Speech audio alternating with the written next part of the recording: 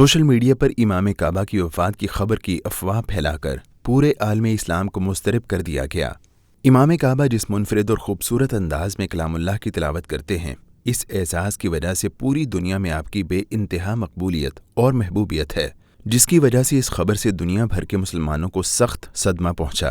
لوگ پریشانی کے عالم میں اس خبر کے بارے میں فون اور انٹرنیٹ کے ذریعے پوچھتے رہے۔ افسوسناک امر یہ ہے کہ ہر کچھ عرصے بعد کچھ بدطینت لوگ کسی نہ کسی امام کعبہ کے بارے میں وفات کی ایسی کوئی غلط خبر پھیلا کر اپنے لیے رسوائی کا سامان کرتے رہتے ہیں۔ الحمدللہ، شیخ بخیر و عافیت، صحت و سلامتی سے اللہ کے دین اور اللہ کے گھر کی خدمت کر رہے ہیں۔ اللہ تعالیٰ شیخ کی زندگی میں برکت فرمائے۔ الشیخ ڈاکٹر عبدالرحمن بن عبدالعزیز السدیس مسجد حرام کے امام و خطیب ہیں۔ آپ 2012 سے امور حرمین شریفین کی انتظامی کمیٹی کے چیئرمین بھی ہیں۔ شیخ سدیس عالم اسلام کی مشہور، ممتاز اور معتبر شخصیت ہیں۔ ڈاکٹر عبدالرحمن السدیس سعودی عرب کے صوبہ القصیم کے علاقے البکیریہ میں پیدا ہوئے۔ 12 سال کی عمر میں قرآن مجید حفظ کر لیا۔ 1979 میں ہائر سیکنڈری کی ڈگری المعہد العلمی ریاض سے حاصل کی۔ 1983 میں محمد بن سعود اسلامک یونیورسٹی کے شریعہ کالج سے BS کیا۔ بعد ازاں اسی یونیورسٹی سے 1987 میں ماسٹر ڈگری حاصل کی۔ 1995 میں القریٰ یونیورسٹی سے شریعہ میں PhD مکمل کی۔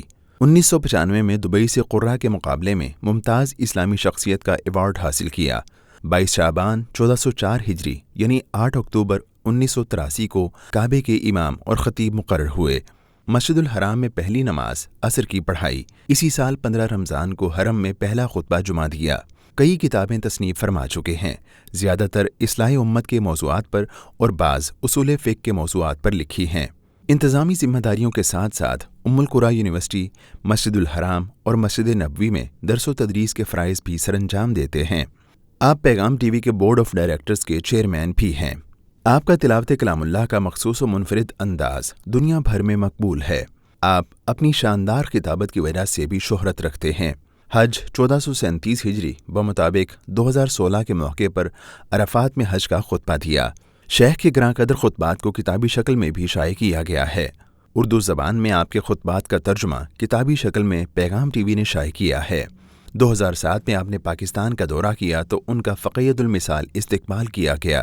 بعض سوشل میڈیا صارفین کے مطابق شیخ عبدالرحمن السدیس کا ہم نام اس دنیا سے رخصت ہوا، جس کی وجہ سے یہ افواہ پھیل گئی۔